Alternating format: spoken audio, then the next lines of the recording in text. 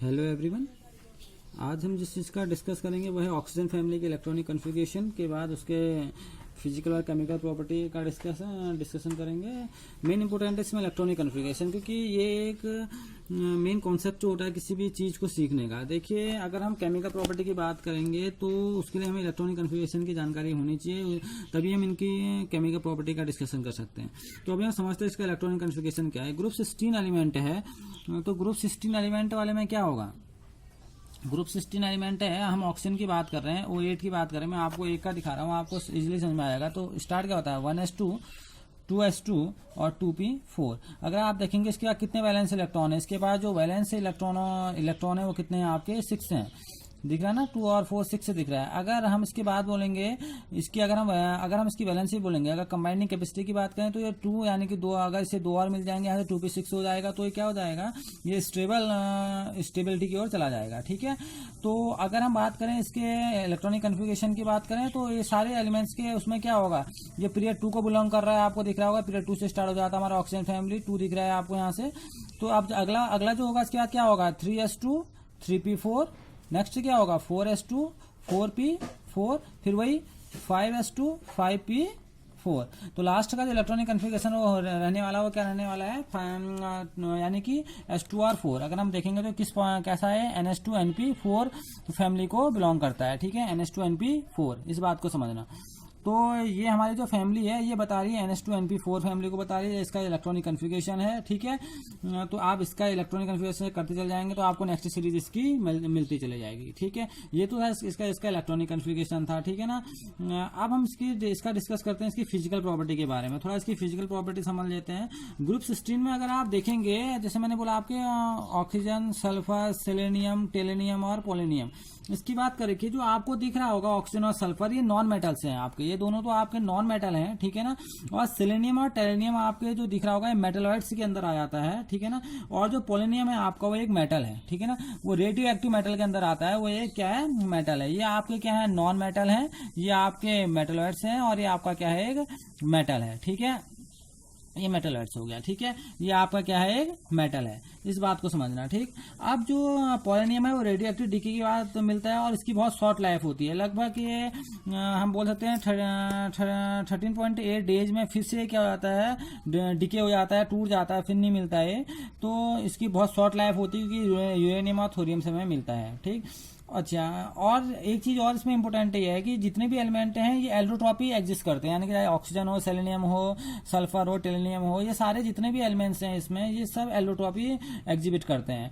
The melting and boiling point increase with increase in atomic number down the group. इनका melting और boiling point बढ़ता चला जाएगा। वो सीधी सी बात है, क्योंकि आप अगर यहाँ से देखेंगे, अभी हम केमिकल प्रॉपर्टी में डिस्कस करेंगे, नीचे की ओर आ रहा है तो मेटेलिक कैरेक्टर बढ़ रहा है, और अगर मेटेलिक कैरेक्टर बढ़ रहा है इनका जो बॉइलिंग और मेल्टिंग पॉइंट होगा वो भी क्या होगा? एटॉमिक नंबर बढ़ने के साथ क्या हो जाएगा? बढ़ता चला जाएगा। ठीक है ना, और बोल सकते हैं large difference between the melting and boiling point of oxygen and sulphur में be explain on the basis of their atomicity. Atomicity word आएगा कि एटोमिसिटी इसलिए क्योंकि जो ऑक्सीजन एग्जिस्ट करता है, ऑक्सीजन O2 के फॉर्म में एग्जिस्ट करता है। ठीक है ना, और लेकिन जो हमारे पास सल्फर होता है वो एक पॉली एटॉमिक फॉर्म में एग्जिस्ट करता है, इसे बोलते हैं एसिड। ये एसिड मॉलिक्यूल के रूप में एग्जिस्ट करता है और ये O2 के मॉलिक्यूल के रूप में एग्जिस्ट करता है, जिसके वजह से इन दोनों के बीच में मेल्टिंग और बॉइलिंग पॉइंट का लार्ज डिफरेंस आ जाता है। ठीक है, वजह है इनकी एटोमिसिटी, कितने एटम अपने आप में जोड़ सकते हैं। ठीक है ना, ये ऑक्सीजन डायटोमिक फॉर्म में रहता है, लेकिन ये डायटोमिक फॉर्म में नहीं रहता है, एसिड के रूप में रहता है, पॉलीएटॉमिक मॉलिक्यूल के रूप में रहता है सल्फर। तो लार्ज डिफरेंस इनके बीच में आ जाता है, तो वो आ रहा है इनकी एटोमिसिटी की वजह से। ये तो थे इनकी फिजिकल प्रॉपर्टी। अब हम 1 बाय 1 डिस्कस करते हैं इनकी केमिकल प्रॉपर्टीज के बारे में। तो फिजिकल प्रॉपर्टी में हमने देखा, हमने इसे मेल्टी बॉइलिंग पॉइंट देखा, इनके पास हमने O8 और एसिड बनाने की कैपेसिटी देखी, यानी कि इनमें कैटेनेशन की पावर के बारे में बात हुई कि ये कैटेनेशन कर सकते हैं इजीली। सल्फर ऑक्सीजन के पास ये प्रॉपर्टी है कि कैटेनेशन कर सकते हैं, यानी कि अपने ही सल्फर एटम्स के साथ ऐड होते चले जा सकते हैं। ठीक है ना, मल्टीपल बॉन्ड बनाने की इनके पास कैपेसिटी है। ठीक है ना, क्योंकि ऑक्सीजन पी पाई बॉन्ड की बात करेंगे तो अभी हम ऑक्सीजन के फॉर्म्स पे डबल बॉन्ड्स फॉर्म करता है, लेकिन अदर एलिमेंट से फॉर्म नहीं करेंगे। ये इसकी बोल सकते हैं फिजिकल स्टेट है। तो ये सब इनकी क्या थी, फिजिकल प्रॉपर्टी थी। अब हम केमिकल प्रॉपर्टी के अंदर डिस्कस करते हैं। पहला एटॉमिक और आयनिक रेडियाई का डिस्कस करते हैं।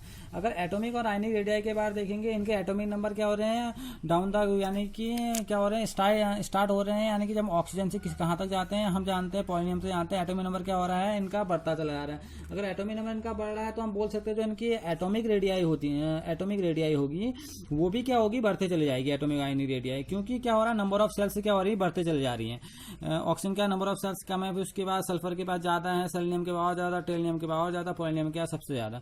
तो हम कह सकते हैं अगर हम डाउन द ग्रुप यानी कि टॉप टू बॉटम अगर हम आ रहे हैं तो इनकी एटॉमिक और आयनिक रेडियाई क्या हो जाएगी, बढ़ते चले जाएगी, ठीक है ना। लेकिन अगर हम अक्रॉस द पीरियड जाएंगे तो आयनिक रेडियाई जब हम बात करेंगे, इसके बाद की बात करेंगे, ग्रुप यहाँ पर 15 और यहाँ पर को 17 की बात करेंगे, ग्रुप 15 और 17 की बात करेंगे, तो अक्रॉस द पीरियड इनकी आयनिक रेडियाई क्या होगी, घटते चले जाएगी। तो इनकी आयनिक रेडियाई क्या टॉप टू बॉटम क्या हो रही है, इंक्रीज हो रही है, ठीक है। अच्छा, अब सेकेंडली जो उनकी प्रॉपर्टी आती है वो प्रॉपर्टी आती है इसकी आयनाइजेशन एंथैल्पी, जिसे हम आयनाइजेशन एनर्जी बोलते हैं, ठीक है ना। Ionization energy, ionization enthalpy. अगर आयनाइजेशन एनर्जी, आयनाइजेशन एंथैल्पी की बात करेंगे तो आयनाइजेशन एंथैल्पी डिक्रीज होती है डाउन द ग्रुप। इस बात को समझना, डिक्रीज क्यों होती है। अगर मैं यहाँ से यहाँ तक आ रहा हूँ पोलोनियम तक, डिक्रीज होने की वजह यह है कि इसका साइज, क्योंकि ऑक्सीजन एक्सेप्शनली स्मॉल साइज का होता है, बहुत छोटे साइज का होता है, ठीक है ना। अब हम जैसे जैसे नीचे की ओर आते हैं, ठीक है ना, इसकी जो लोअर आयनाइजेशन एनर्जी की जो वैल्यू होती है वो लो होते चली जाती है। जैसे ही हम टॉप टू बॉटम नीचे की ओर आते हैं तो आयनाइजेशन एनर्जी की जो वैल्यू होती है वो कम होते चली जाती है, ठीक है ना। कम क्यों होगी, इसकी वजह है क्योंकि आप जानते हैं आप उनका इसका न्यूक्लियर चार्ज की बात यहाँ पर को हो रही है। इसके बाद न्यूक्लियर चार्ज बहुत ज्यादा रहेगा, ठीक है, और इसके बाद सेल है नहीं, ठीक है ना। जो इलेक्ट्रॉन को, अब आयनाइजेशन एनर्जी क्या होती है कि आपने लास्ट इलेक्ट्रॉन को आपने रिमूव करना है, तो इसके पास न्यूक्लियर चार्ज बहुत अच्छा होता है, जिसकी वजह से क्या होता है कि इससे इलेक्ट्रॉन निकालना थोड़ा टफ है, ठीक है। लेकिन जैसे जैसे नीचे की ओर आते हैं नंबर, यानी कि न्यूक्लियस से उसकी डिस्टेंस बढ़ते चले जाती है, जिसकी वजह से आउटर मोस्ट इलेक्ट्रॉन का निकलना ईजी हो जाता है, जिसकी वजह से क्या होता है आयनाइजेशन एनर्जी की वैल्यू अगर हम ऊपर से नीचे की ओर आएंगे तो क्या होती है, डिक्रीज होते चले जाती है। लेकिन अगर हम ऐसे चलेंगे, अक्रॉस द पीरियड चलेंगे, तो आयनाइजेशन एनर्जी की वैल्यू क्या होती है, बढ़ते चले जाती है। यानी कि अगर हम 15 और 17 की बात करेंगे, 15 से अच्छी है लेकिन 17 से अच्छी इनकी नहीं होती, ग्रुप 17 से, ठीक है। तो ये थी इनकी आयनाइजेशन एंथैल्पी की बात हो गई, ठीक है।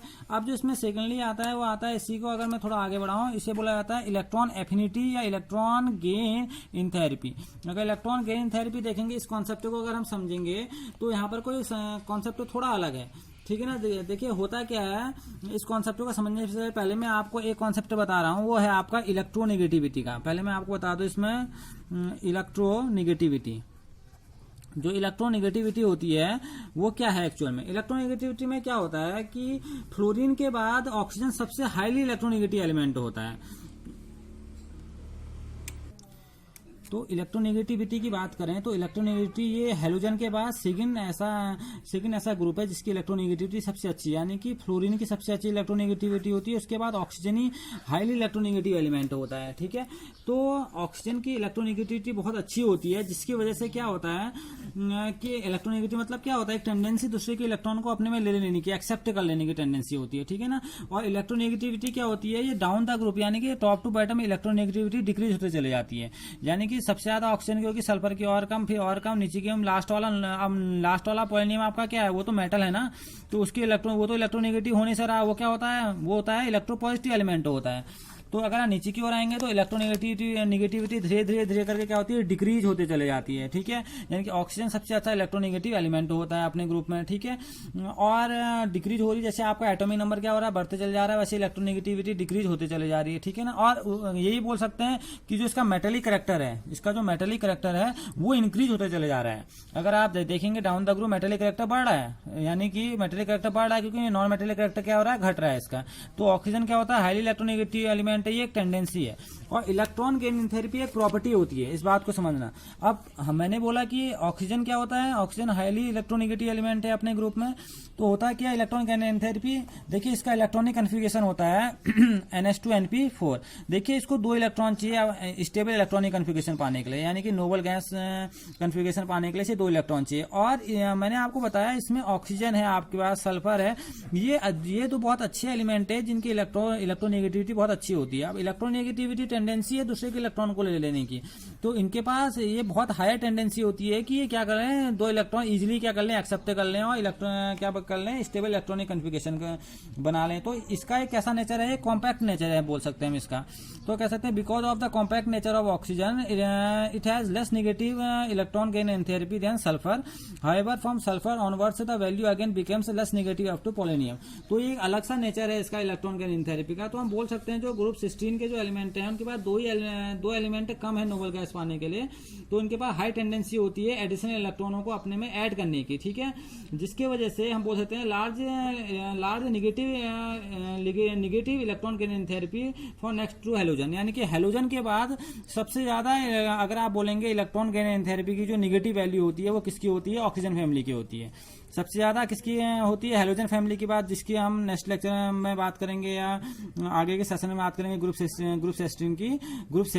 तो ग्रुप 16 की जो होती है उसकी जो टेंडेंसी होती है इलेक्ट्रॉन गेन एंथैल्पी की ग्रुप 17 के बाद होती है। तो हम बोल सकते हैं हाई टेंडेंसी इनकी, हाई प्रॉपर्टी है इलेक्ट्रॉनों को एडिशनल इलेक्ट्रॉनों को ऐड करने की, ठीक है, क्योंकि ये मोस्ट इलेक्ट्रोनेगेटिव तो है ही है और इनके पास दो इलेक्ट्रॉन चेन को स्टेबल इलेक्ट्रॉनिक कन्फिगरेशन को अचीव करने के लिए, और जिसकी वजह से हम बोल सकते हैं कि इनके पास हेलोजन के बाद इनके पास सबसे हाई नेगेटिव वैल्यू होती है, किसी बोल सकते हैं आप, यानी कि सबसे हाई टेंडेंसी होती है इलेक्ट्रॉन गेन एंथैल्पी की, ठीक है ना। आप बोल सकते हैं large negative electron gain enthalpy next only to the halogen, ठीक है ना।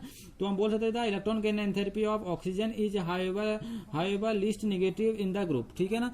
तो अगर हम बात करेंगे इलेक्ट्रॉन गेन एंथैल्पी की, तो आप देख रहे हैं इलेक्ट्रोनेगेटिव तो है ही और ये इजीली ये काम कर सकता है, लेकिन एक चीज इस बात को जरूर एक चीज को समझना कि इसके पास नंबर ऑफ शेल नहीं है। लेकिन तो मैं ये बोल सकता हूं the electron gain enthalpy of oxygen is however least negative in this group, यानी कि इसकी जो इलेक्ट्रॉन गेन एंथैल्पी की वैल्यू होगी वो लीस्ट नेगेटिव होगी।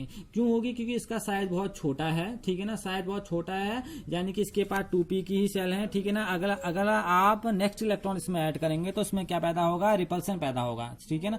और रिपल्सन पैदा होगा तो क्या होगा, ये जो आगे का इलेक्ट्रॉन होगा, नेक्स्ट इलेक्ट्रॉन होगा, उसको लेने में क्या होगी, प्रॉब्लम क्रिएट करेगा, ठीक है ना। तो हम बोल सकते हैं कि it is relative small 2p subshell are comparatively large and hence the incoming electron are not accepted with the same ease of other of the element in the group. लेकिन नीचे की ओर आएंगे ना, वो बहुत इजीली इस काम को करने के लिए प्रिपेयर हो जाएंगे। अब सल्फर के पास सेल है तो अगला इलेक्ट्रॉन आएगा तो सल्फर की इलेक्ट्रॉन गेन एंथैल्पी कुछ अच्छी होगी इससे, क्योंकि यहाँ पर कोई सेल है इसके पास, वो सेल में इजीली क्या करेगा, इलेक्ट्रॉन को ऐड कर लेगा। लेकिन इसके पास सेल तो है, दो सेल तो है, लेकिन वहां पर वो क्या है, रिपल्सन बहुत ज्यादा हो जाएगा, ठीक है। तो अच्छा इलेक्ट्रोनेगेटिव एलिमेंट तो है, लेकिन ये नहीं कह सकते कि बहुत अच्छा इलेक्ट्रॉन गेन एंथैल्पी वाला भी एलिमेंट है। लेकिन हेलोजन के पास इस फैमिली की इलेक्ट्रॉन गेन एंथैल्पी सबसे अच्छी होती है। लेकिन अगर हम बात करें कि इसके कॉम्पैक्ट नेचर की वजह से सल्फर यहाँ पर को इससे कुछ बेहतर है, ठीक है ना। तो ये है आपके केमिकल प्रॉपर्टी जिसका हमने डिस्कस किया। इसमें हमने डिस्कस किया atomic ionic radii, ionisation energy, electron gain enthalpy, electronegativity के बारे में डिस्कस किया कि इलेक्ट्रोनेगेटिविटी क्या होती है, ये सब एक दूसरे से कैसे बदलती हैं। यहाँ पर को आपने देखा ऑक्सीजन के एक स्मॉल साइज के होने की वजह से यहाँ पर कोई एक्सेप्शन की ओर चला गया। तो आज हमने समझा इसकी केमिकल प्रॉपर्टीज के बारे में, इसके डिस्कस किया कि इसकी केमिकल प्रॉपर्टी क्या होती है, ठीक है ना। तो अब हम नेक्स्ट लेक्चर में इसकी बात करेंगे। तो यहाँ पर को नेक्स्ट लेक्चर में जो बात होगी वो होगी ऑक्सीजन के एक अलग बिहेवियर के बारे में, वो अपने ग्रुप से क्यों अलग है, और डाइऑक्सीजन के बारे में। Okay, thank you.